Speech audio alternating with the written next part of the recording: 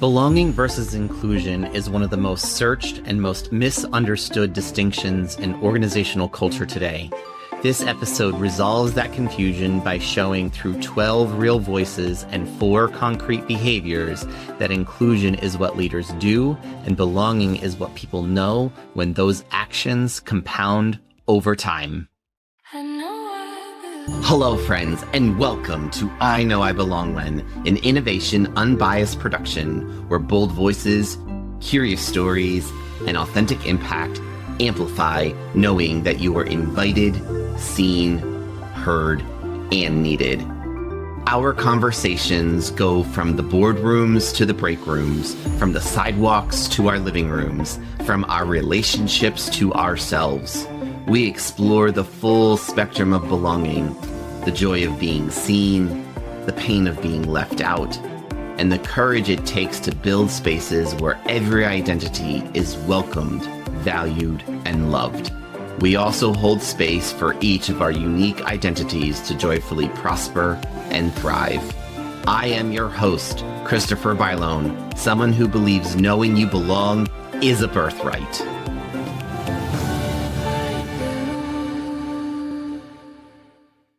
As we start season 3 of I Know I Belong When, we open this special recap episode with something we did last season and will do every season. A look back at the powerful lessons our guests delivered voice by voice, story by story in the previous season. In season 2, 12 extraordinary humans sat down with us and gave us something real. They gave us receipts, they gave us their scars, they gave us their strategies, and together they gave us a masterclass in what it actually looks like to live, lead, and love in ways that make belonging possible. Before we bring their voices back into the room, let us ground ourselves in the foundation of why we do this work. Belonging is not a feeling that just happens. It is an outcome. It is the result of intentional, sustained, and courageous action. At Innovation Unbiased, we use the belonging formula to make that clear. Belonging equals equity plus diversity times inclusion to the power of accessibility divided by justice. This formula is designed to take the qualitative, hard-to-measure inputs and apply quantitative theory to ensure the solution is a steadfast culture of belonging. Promoting inclusion, diversity, equity, accessibility, and above all, justice helps build environments where everyone is empowered to succeed, grow, and embrace their true selves. And the past season, our inclusive behaviors framework lit the way. 4 behaviors, 12 guests, countless moments of belonging and non-belonging that we must witness, name, and act upon. So what is an inclusive behavior? An inclusive behavior is any action or attitude that actively nurtures cultures where everyone can prosper, thrive, and be their bold, authentic selves. Our inclusive behaviors framework has 4 distinct behaviors: committed to diversity, actively inclusive, multicultural agility, and purposefully unbiased. However, before we dive into each behavior, let us hear from 2 of our guests on what it means to show up every day as a full, present human, the foundation upon which all 4 behaviors are built. Chris Rowland's ripple effect leadership. His dad spent a weekend doing nothing more than vision planning for Chris's business. That story is about showing up, and it points to something that runs through every single one of our season 2 conversations. It's about bringing the 5 qualities of ripple effect thinking: vulnerability, kindness, curiosity, empathy, and humility. And if we all can do that, there is a lot of possibility of what that can create at scale. If we can all do that on our team, if you can all do that in your organization, we start to scale that sense of belonging, that sense of connection and safety, practicing those over and over and over again in every interaction. And Amma Ajapong, the inclusion lady and CEO of Inclusion Enterprises, reminded us that belonging is not just a workplace practice, it is a life practice. That's where you get your practice. Practice at home and in public and everywhere. Like, that's your practicing field. Your showtime is at work. So who you are regularly becomes muscle memory. And I think that creates belonging as well. Belonging is practiced everywhere. It is a birthright, and it starts long before you walk through any door. That is the foundation. Now let us look back at the 4 behaviors that brought this season to life. Behavior 1, committed to diversity. Committed to diversity means demonstrate active engagement in advancing intersectional representation by ensuring every layer of leadership and influence reflects the diversity of its people. It is not about numbers on a slide. This is about who gets to lead, whose voice shapes the future, and whose name gets spoken in rooms where they are not present. Season 2, 3 of our guests showed us in very different ways what commitment to diversity actually requires. Simone Morris has been doing this work for over 2 decades, and the moment she described that broke everything open for her was not a policy or a program. It was a CEO who finally asked her what she thought.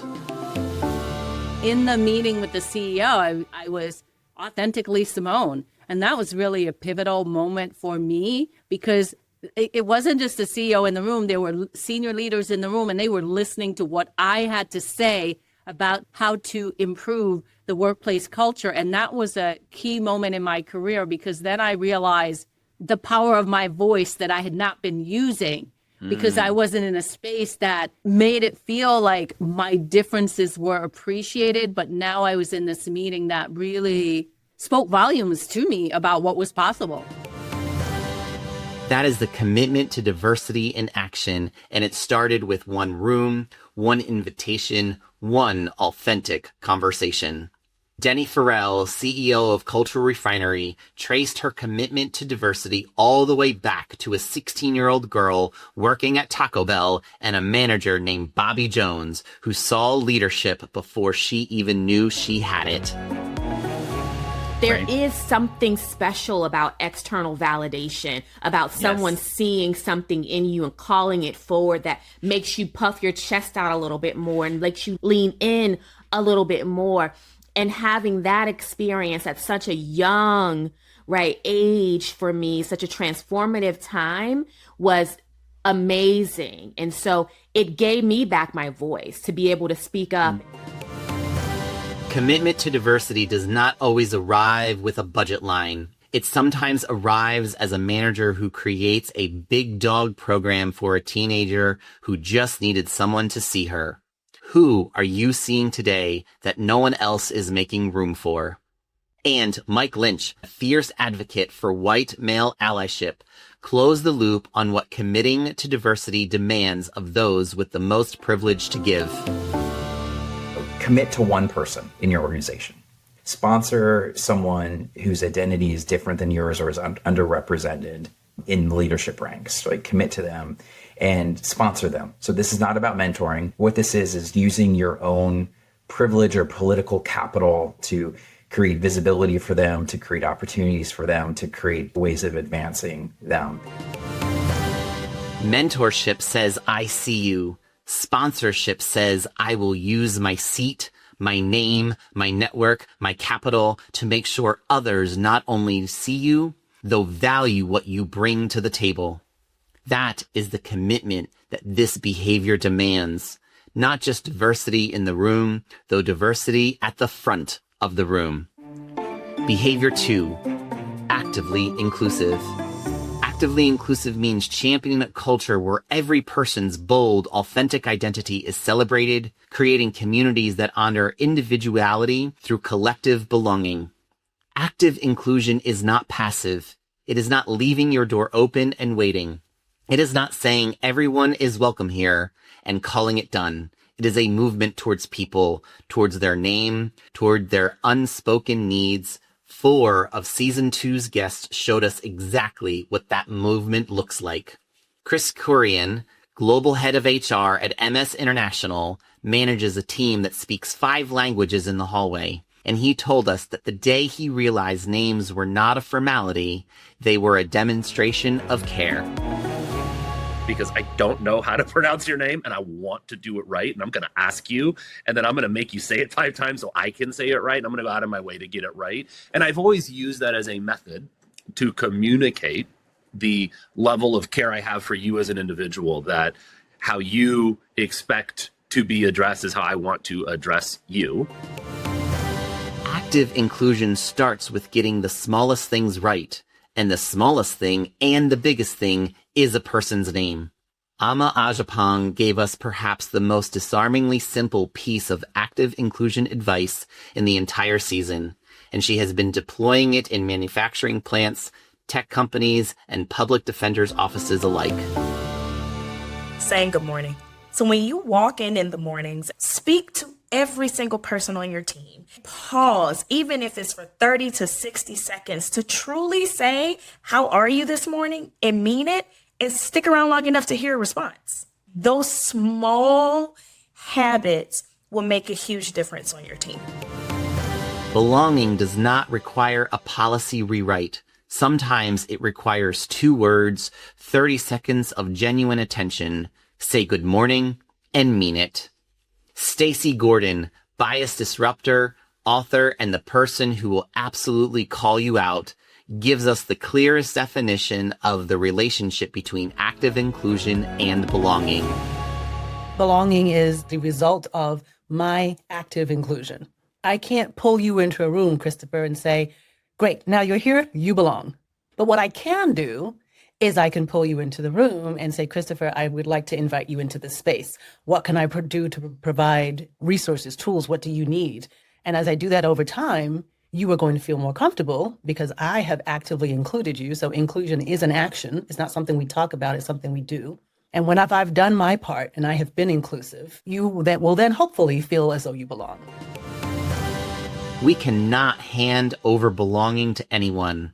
We can only earn the conditions that make it possible, and we earn them through active, consistent, intentional inclusion.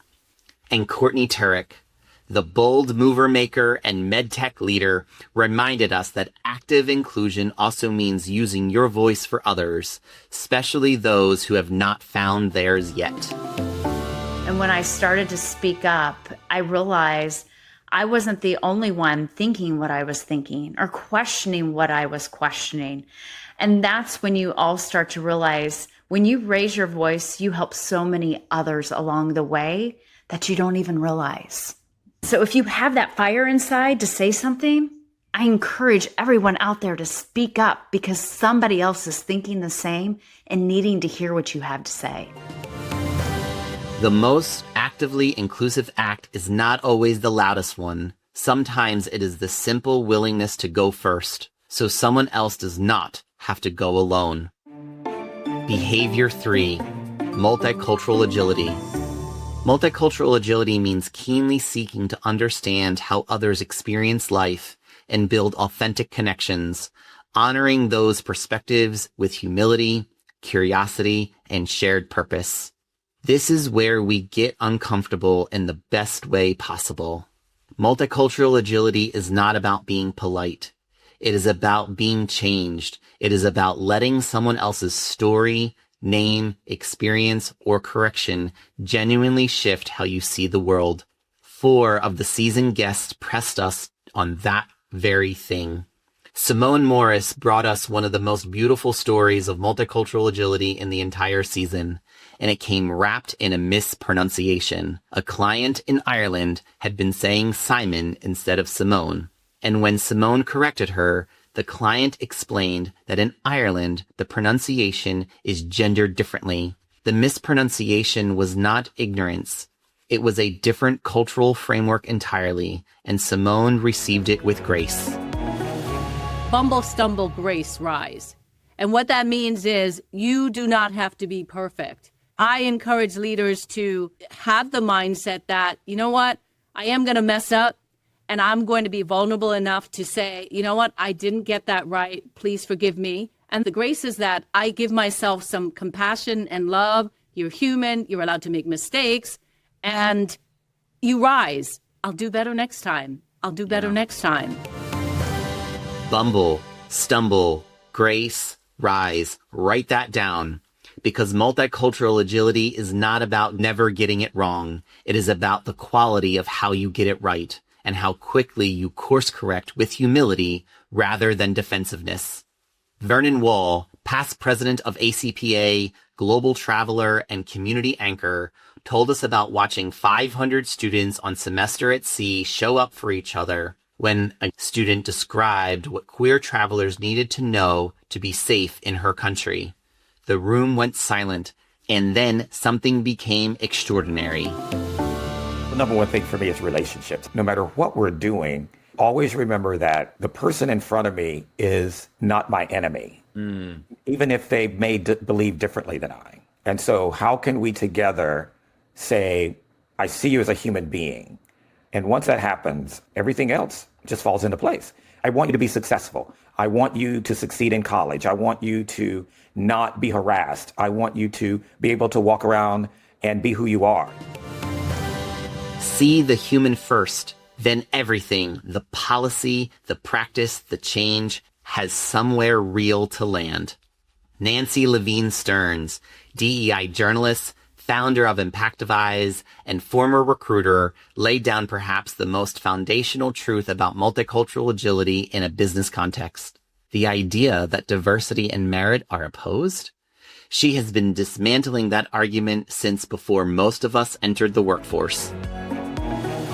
The idea that diversity and merit are opposed is such a foolish argument from a recruiter's standpoint. And it's so basic. It's just talent management 101. You cast a wide net to recruit the best talent. When there's something that's very obvious, you want to shake somebody and go, but can't you see? To those of us who have been in large corporations for a long, long time, diversity, equity, and inclusion is just very elemental. Multicultural agility is not just about cultural customs or pronunciation guides. It is about having the intellectual honesty to let evidence, not comfort, drive our decisions about people. And Dr. Cornell, whose name carries a rather funny story that almost made me fall out of my chair, and a mother who had her own score to settle, reminded us that one of the most culturally agile things a leader can do is to take a person's name seriously. For that person, this is the first thing, aside from life and breath, that their parents gave them was their name. It's tied to identity. It's tied to culture. It's tied to history that defines us in many ways. So when you don't honor that name, it actually makes people feel like they don't belong, like you don't see me. A name is not a formality. It is a biography, a lineage. Getting it right is one of the most multicultural, agile acts we can commit to. Behavior 4, purposely unbiased. Purposely unbiased means recognizing your own personal biases, proactively working to minimize their impact, and intentionally cultivating spaces where equity and access are the norm. This is my personal favorite, because this behavior is where the hardest, most personal work lives. Not because the other behaviors are easy, they are not. However, this one requires you to turn the mirror on yourself, and that is the most courageous act in the Belonging Playbook. In the past season, 4 guests did not just talk about bias. They named theirs, they showed us what it looks like to catch yourself, correct yourself, and keep going. Chris Rollins moved to Tampa with his husband and had to confront a moment of humility he did not expect, realizing he had prejudged the people of Florida the same way he hoped people would not prejudge him. I had a lot of preconceived notions about what it meant to live in Florida. I had a lot of preconceived judgments about the people that lived in Florida. And I think that really stood out to me was like learning not to prejudge people. Yes. Because it's pretty hypocritical when we're out here trying to spread the good word about being thoughtful and empathetic and curious and making judgments about people based on what we think they might think about us. Being purposely unbiased is not a state you achieve. It is a practice you return to every single day, especially when your own blind spots are the ones doing harm. Stacey Gordon gave us one of the sharpest definitions of trust we heard all season, and she tied it directly to one of the most common, most overlooked acts of bias, getting someone's name wrong and not caring. How can I trust you if you can't say my name right? How can I trust you if I can't trust you to read an email and see how my name is spelled? I don't think people understand how trust is built and also how quickly it is eroded. We will trust you because you have done the little things along the way that demonstrate to us that you are trustworthy. The small biases, the misspelled name, the mispronounced title, the shortened version no one asked for are not small. They are the foundation of trust or the crack in it. Dr. Jade Singleton, cultural strategist, DEI scholar, and the person who spent many years studying corporate gaslighting, showed us what it looks like when you stop performing and start belonging. Her own belonging moment came when she realized the performance was the bias. And when I realized I don't have to perform, and the people that I'm around, number one, could tell it was a performance if they really knew me.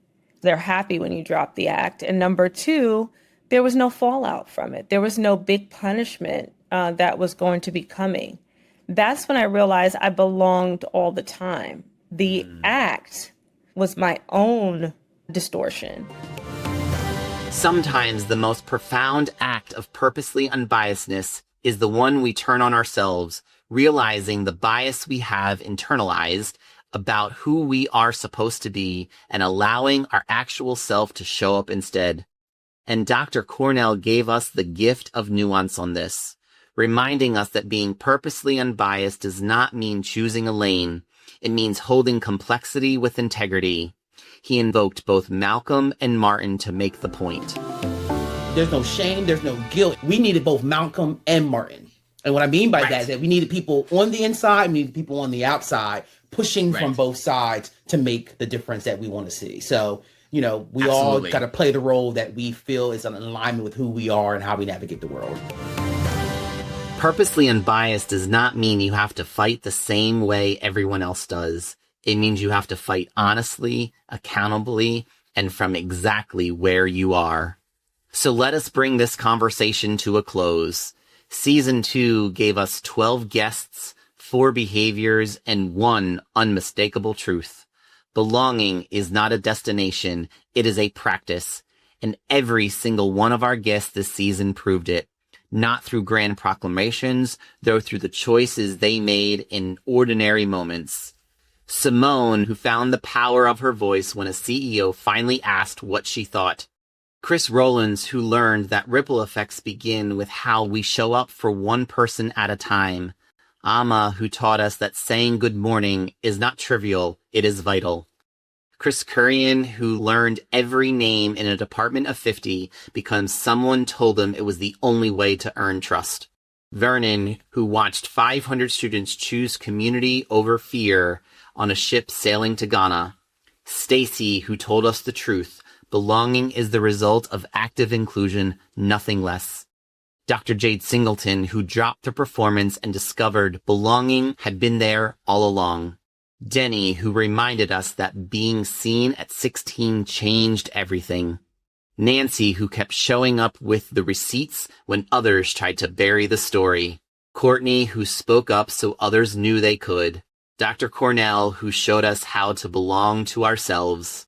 And Mike, who asked every white man listening to sponsor one person today. That is season 2. Here are our collective call to action. Practice bumble, stumble, grace, rise. You will get it wrong. The measure of an inclusive leader is how you recover. Say good morning to every person on your team and mean it. Sponsor one person whose identity is different from yours. Not mentor, sponsor. Use your name and your seat. Drop the performance. The act is its own distortion. Show up as you. And ask yourself, who's not in the room? What will you do today to make room for them? The Inclusive Behaviors Framework is designed to help you understand how to engage in an inclusive manner every day. It is our responsibility to actively demonstrate allyship and to check our own biases each morning. We invite you to share your insights from season 2 and reflect how you are applying the stories of our guests to showcase inclusive leadership. If you missed any episodes, this is your chance to revisit them or refresh your memory. It is perfectly fine to listen more than once. Remember, we have 2 ears and 1 mouth, so we should listen more than we speak, because belonging starts with listening. I am excited for what is to come in season 3. I hope you are ready for the tea we will be pouring in each conversation ahead. This has been a great reminder that belonging is not a destination. It is a practice, and it starts with listening. Friends, if this episode challenged you to move outside your comfort zone, please follow our show and give us that 5-star review you know you want to give, and add a comment about what you will do to champion a culture of belonging. These actions will help to amplify the message to others so they too can find their own moment of belonging. Whether it is navigating the complexities of workplace culture, finding acceptance in a new school, building trust in a local community, or forging identities within our own families, these stories reflect the raw, honest, and unfiltered journeys each of us take every day. And we want to hear from you. Finish the sentence, "I know I belong when," and send us a voice note. Your story could open a future episode. Thank you for listening. Know that your bold, authentic self is welcomed, valued, and loved. And until next time, remember, you belong here.